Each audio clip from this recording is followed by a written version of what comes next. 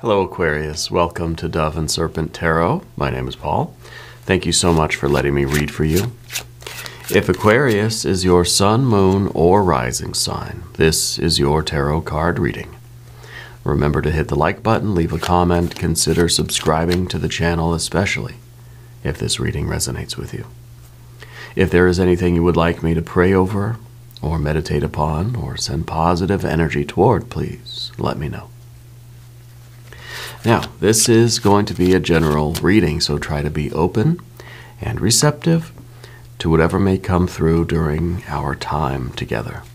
I am merely the messenger, and I ask you to connect directly with each of these cards and use your own intuition to take you beyond the details that I might provide. And remember, Aquarius, that the most important part of any tarot reading is you. All right, here is the Princess of Cups. You're a dreamer. I think that you have a very rich internal life, a very rich interior landscape, an inner world, an inner life. I think you're a dreamer. I think you have an intense imagination, vivid dreamer, maybe even lucid dreamer, right? I think you're a very creative person. You might have some artistic ability, either like arts and crafts, drawing, painting, something like this.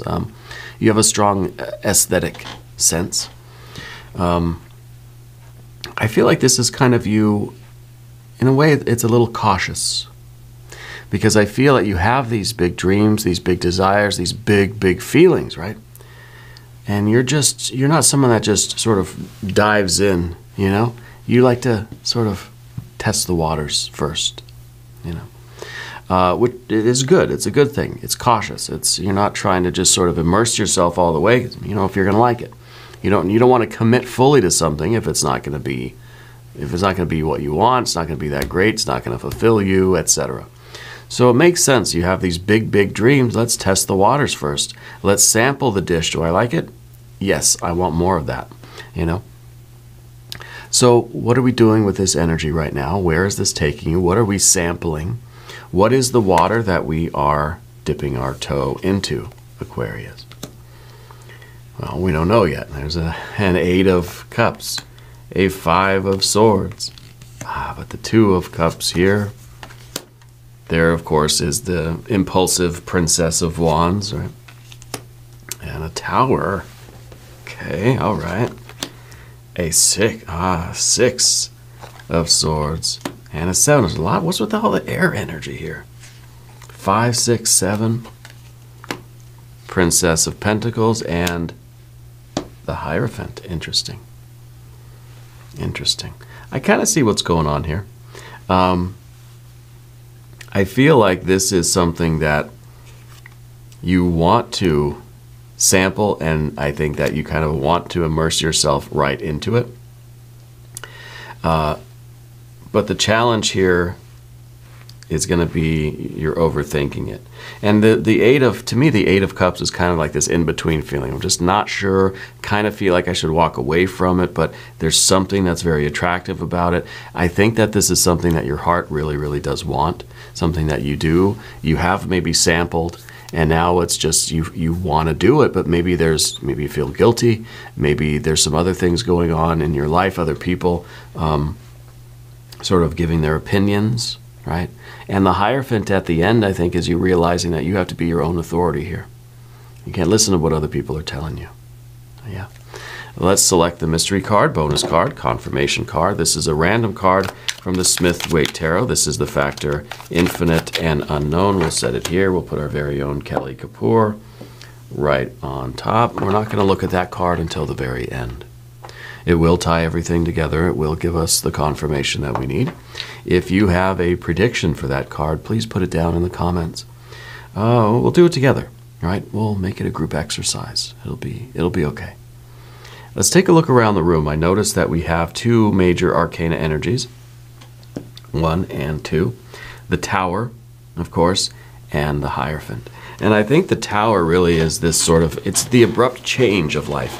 It's kind of like you want to do that. This, I think, this is really tempting, you know. Pretty hot and tempting, this one. But you know that if you were to dive all the way in, if you were to let it go, let yourself go and immerse yourself in this, it's going to change a lot of things. Like this is going to be a life-changing thing for you. And so I think your mind is kind of like, I don't know if I'm ready for that kind of change. I don't know if it's worth it. I don't know if I can handle all this, everything that's going to come along with it, this whole whirlwind of energy. The towers are punctuations. The towers are usually exclamation points on life. It is those moments, the moment of abrupt change. It's where your path really does completely alter, right? And your life is not going to be the same after this point. And so this is something that you're looking at and you're thinking, gosh, I really want this, but it's going to have some consequences. It's going to have maybe some collateral damage. Maybe it's going to piss some people off. Maybe, maybe it has to do with following your true love, and maybe the person you're with now is not going to like it. You know what I mean? But with the Hierophant at the end, it's kind of like that's the big change in your life. The big change now is you answering to yourself and your higher self, right? Capital S. What is really meant for you? What is important to you? What belongs to you? And not what other people are telling you should be doing, and other people making you feel guilty or giving you their opinions. You know what they say about opinions, right? Everyone's got one. So the Hierophant is sort of, you're relying on your own higher authority. It's like you've got no one to answer to except for God, right? Goddess, deity, higher self, true self, guardian angel, spirit guides, universal mind, universal energy, the absolute, the void, whatever you want to call it. Okay? In a situation like this, where it is about what path you're following in life and what your spirit and soul really want right now. Yeah. We've got the two major arcana. Very, very different, right? This is law and order. This is anarchy. This is everything stays the same. Nothing ever changes. This is like, ancient Egypt, where they just for thousands of years, the art styles were exactly the same. Nothing changed. Tradition is everything. And this is saying, I'm done with that. I want something new. I'm rocking the boat here. I'm making some waves here. Like Spirit's saying, don't let this opportunity go. Right? Maybe you're establishing a new order, a new tradition. Maybe this is something, maybe it's every year, the holidays, it's the Christmas, it's the same thing every year. Maybe this is the year you do something different. Maybe this is the year you take your family somewhere else for Christmas. You go to Hawaii or whatever, It's breaking with tradition in order to form your own traditions. At the end of the day, we've got tradition again. But this is a huge, huge change in that. And I think you're establishing your own here in some way. You're making up your own rules here. You got to break the rules, figure out what rules you need. Okay? So we have our fire energy. We definitely have water and water and water. We definitely have air and air and air. And a little bit of earth. Fire and earth. Fire and earth is really the essence of it. And even here we have fire and earth with the tower, and with the Hierophant, it's Mars and Taurus. Fiery energy and of course that earthy Taurus energy. So it is about how you are manifesting your essence, how you are establishing your will, right? This is the reality you want. This is your impulse to create it. This is the process of creation, fire to earth, fire to earth. We need an explosion of will that then solidifies and becomes something fixed in space, right? Something tangible and something functioning. Fire and earth is that magical, spiritual, electrical circuit of creation, right? Fire to earth. It's the battery to the motor, or whatever. It's impulse to behavior. It's heaven to earth, above to below, inside to outside. It's inspiration to implementation. It's will to action. But what this electrical circuit has to do is connect. It needs a conductor. We have to complete the circuit. That's where we come in. Human heart and mind, thinking and feeling, which is why we've got thinking over here, feeling over here. We have fire and earth over here, fire and earth over here. What you got to do is deal with these two. It's like we got two teams. We got the water team and the air team. You know, and they got to fight it out, because we want to make a responsible choice. See the very impulsive Princess of Wands to a very mature and a very practical, very understanding, very wise Queen of Pentacles, right? Princess of Wands, Queen of Pentacles, fire and earth. And here we have the abrupt change, the disruption, the real earthquake, eruption of Mars, and the very stable and settled earth energy of Taurus. So fire and earth, fire and earth. This is spiritual, this is in the practical sense, right? And the two teams that we've got, everybody, in this battle royale is the heart and the mind. And the heart's saying, I love it. I want to take a little sample, but I don't know if I'm going to like it in the end. And then the mind is saying, well, if you don't know you're going to like it, then we probably shouldn't do it, right? It's like two teams having a debate here. Okay, there is a little bit of confusion. There is a little bit of this pessimism, and the Five of Swords is kind of saying maybe we should err on the side of caution. If we don't know how good it's going to be, if we don't know we're going to enjoy it, maybe we should just not do it.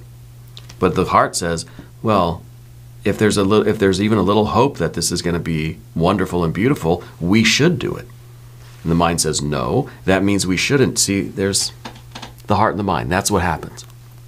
And it's all about the Eight of Cups, because this is kind of, the Eight of Cups is like, it's like the moderator of the debate saying, I don't know who's going to win here. Because on the one hand, you take the little sample with your Princess of Cups and it seems good. You say, chances are this is going to be a winner. The heart says, yes, let's do it, let's do it, let's do it. The mind says, yeah, but there's a chance it's going to be a disaster. There's a chance you're not going to like it. Well, what do you do? Well, I think Spirit is saying, this is it. Don't let this opportunity go. Do it. Follow the heart. The mind is going to find something wrong with everything. The mind, the intellect, is kind of that person that criticizes every single thing at the restaurant. You know, pasta was undercooked, my scallops were cold, and blah, blah, blah, blah, blah. Yeah, but I mean, you know, mostly it's good, right? Or it's kind of the idea that someone that walks into a restaurant and they just have, oh gosh, this looks like it's from the 80s. I can't stand it. It's kind of like a Gordon Ramsay, right? Walking in and be like, oh, the sign is terrible. What's that smell? And I can't believe the tablecloths. And what's with these fake flowers and the menu and everything? And then they sit down and they order the food and they just think this is going to be a disaster. It's going to be disgusting. Sure enough, guess what, Gordon? You don't like anything, right? I love Gordon Ramsay. I watch his shows. I got to admit, it's my guilty pleasure. But I heard he is a fan of the channel, though, too. He watches these. He probably has nothing nice to say about any of these readings. But that's what the mind does. It sets ourselves up for a bad experience. You know, where the heart is saying, oh, this is going to be good. I'm going to love this meal. I'm going to love this food. It's going to be pretty good. Oh, look at all these fake flowers and how silly. You know, what's that smell? It smells like food cooking. And they're both right and they're both wrong, because we get our hopes up so much for something over here. And the mind tries to warn us, but we get our hopes up. And then guess what? The food's terrible. We're disappointed. And we leave the restaurant sad. You know, but maybe not, right? Maybe not. And so it's sort of worth it's worth taking the risk. And that's the risky business of the Princess of Wands. The Princess of Wands is all about taking risks. That's what this card is. It's fire and earth all by itself. It's already doing it, you know. And the Queen, of course, is saying, well, be careful. Maybe not. Maybe don't. Just watch just be careful, okay? It's kind of like the Princess of Wands always dancing with the tiger, right? And then the mom is there just like, hey, just be careful, you know? It's a dangerous situation. It's risky just by its very nature. So saying be careful is kind of like, yeah, obviously, you know? But we need that in the mental energy. We've got to have a mind that says, okay, well, look, we don't know all the answers. We don't know how it's going to be. Do we just trust in spirit? I think here, yeah, I think that's what we're being told here. And I know I got all these cards out of order. I'm not even sure I could put them back where they belong. That's okay. It's my program. I can do that if I want. I think that the idea here is that the Two of Cups, I mean, I think you've already fallen in love with this, you know? But there's that side of you, maybe with the Seven of Swords, maybe there are other people. And you know what? I think the Seven of Swords was in the position of your environment anyway. And now the Swords cards, I think, went like that. Or were we like, I think we were like this. The Seven of Swords could be other people in your environment giving you other opinions. It really could be that mom voice in your head saying, yeah, but what if it's bad? Be careful. You know, you're doing something that the heart knows it's risky. The heart doesn't care, right? The heart knows that this, I tasted a little sample. It's delicious. I can't wait. I want to do it, do it, do it. And then we got that voice in our head, or maybe there are friends or family members around you that are saying, be careful. Okay. Or even saying, no, that's not something that, you know, that's not something we do in polite society. That's not something that you're meant to do. You shouldn't do that. What are people going to say? You know, this card is very much about other people sort of chattering in your ear to convince you not to do something that you want to do. And maybe it's important that we listen. You know, I wish I would have listened to my mom a little bit more. But it's also important that you take risks, that you follow your heart, but you prepare yourself just in case it's going to be terrible, right? So that if the meal is very, very bad, we're still going to be okay. It's not going to be the worst thing ever, right? We've all had a bad meal. You know, I've cooked several bad meals. But the five, you know, the Five of Swords underneath everything is this very reasonable and rational energy that says this might not be the best thing. There is a chance that this is going to be a disaster, that it will crash and burn, that this won't be very enjoyable or pleasurable. And you know that, right? Because at the same time, well, this could be really, really good. Okay? What we do know with the Tower card is that this is going to change your life. This is something that's going to either leave, I mean, it means that you're either like leaving something you already are involved with, breaking up with somebody to really follow your heart, or, you know, it's going to cause a lot of disruption in your life. So in some ways, we have to be willing to endure this. Now, this is, I think at the same time, this is the idea that the whole thing could crash and burn. So we're willing to take that risk. But this is also the idea that your choice to do this, to immerse yourself in this, to sort of take this plunge, is going to, just by that very act, cause a lot of changes in your life. When you jump into the water, a lot of ripples go outward, right? And some of those ripples are going to rock some other boats. And maybe these are boats you really care about. Again, maybe it's family members, friends, maybe it's your boss, the company you're with now, and you're saying, I gotta follow my heart, I gotta leave, you know? Don't be like Andy on The Office, right? You know, where he did a number 2 on the boss's car, burn that bridge, right? We don't want to intentionally burn the bridges. We need to control our Princess of Wands a little bit. We don't want to be that impulsive, right? So we follow the heart. We take a little bit of this mental air energy, and really, you know, it's a battle between the heart and the mind. But I think at the end of the day, they're going to have to come to an agreement. It's going to have to be the mind, I think, saying, okay, look, we're going to trust in spirit here, because I really do. I feel like spirit's saying this is it. Like, don't let this go. No matter how much your mind is, and other people around you too, no matter how much you're going to try to be convinced not to do it, this is it. All right, don't let this go.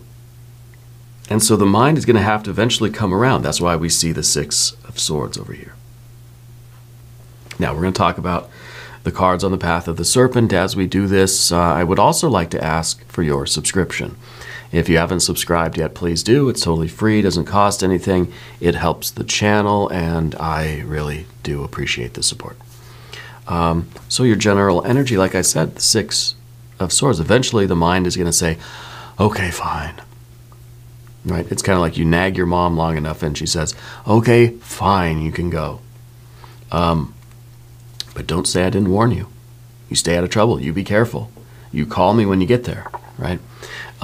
The mind is saying, okay, we'll do it, but let's make a plan. Let's try to get everything worked out. Let's figure out how we want to do it, where we want to go, what different components are here, what sort of connections we need to make. Let's get as much of this planned out as we can. Yeah. Because this is a way that it's almost like saying if things don't work out, we'll know how to find our way back. You know, we'll still be okay even if things don't really work out very well. Now, I don't know if we're talking about a romantic situation, if this is something that is about financial stuff, right? I feel like there is a financial component here, even though we don't have a lot of earth energy. And I also feel like there's a family thing going on with you that that maybe this is sort of putting you at odds with your family a little bit, but it's something that you feel you need to do this. Yeah. Even though it feels like there are going to be some ripples that go out and rock some other boats, sometimes that's unavoidable. You know, no matter how slow people drive their boats, it's always going to create some waves for the people that are fishing from the shore. You know, it's just, sorry, it's inevitable. I'm not trying to do it, but it's going to happen, you know. So the least we can do is make a plan so that we can ensure that if things go sideways, we'll still be all right. It's kind of a safety net, maybe. But I think that this is the realization that this is part of the divine plan for you. I feel like you really have this conviction in your heart, really. It's not the mental thing. The mind is still like, I'm nervous, I'm scared, I'm kind of confused, I don't know what to make of it, I don't know what to do. But in your heart of hearts, I think you feel that this has been a revelation. This is something that Two of Cups, kind of undeniable how that is, you know. And the Two of Cups, when we have two things coming together in this way, I think that it encourages your heart, right? When you think of this, whatever this object is, if this is a new relationship, this is a new job, a new career path, a new belief or value or whatever it is, when you consider this other thing, it gladdens your heart and it encourages your heart, right? And I think if we let it, it will enlighten your mind.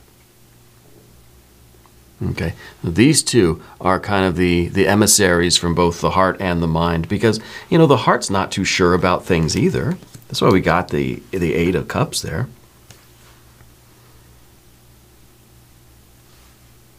Right?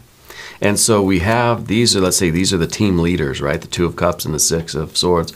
The team leaders we have, and then we've got these other two players that, guess that way, that aren't really sure what's going on and saying, oh, I'll take a little sample, but I still don't know for sure one way or the other. And this one says, I'll take a little sample, but I'm still not sure one way or the other. And then the team leaders have to sort of get together and confer on their own and say, well, what do you want to do? Well, you know, let's just try it. It seems like this is going to be the best course of action. And I feel like the heart is saying, this is everything. This is it. This is the one. And the mind is saying, okay, well, maybe. Let's try it. Let's see what happens, but let's be reasonable in our expectations, you know. Finally, we do get the earth energy on this side now. We get the Queen of Pentacles. And I think the Queen of Pentacles really is the challenge for you to see yourself on the other side of this. See yourself sitting pretty in this new life and look back at right now. This card's always looking at the past. Every time we get this card, she's looking at that long and winding road of all the choices that you made to get where you are. Maybe even now, look back at your life from this point back. Where have you made the most progress? When you follow your heart, or when you let your mind convince you not to do it? Sometimes the mind has the good idea, you know, And then the heart has to go along with that, you know. Sometimes, a lot of the time, I think for you it's the other way around. The heart feels something, and the mind is either encouraging that or saying, no, we're not doing it. What has worked out best for you? When the mind says, okay, we'll make a plan, we'll try to do it smart, but we'll do it. Or when the heart says, okay, mind, fine, you win, we won't do it. And then the heart's really sad for a while, you know. So look back at your life and ask yourself that question. Yeah. Also ask yourself, what does the future look like? What is the future you doing? And if they look back on this moment, what decision are they hoping that you're making? Yeah. And this is the hardest part. This is the card of the obstacle, right?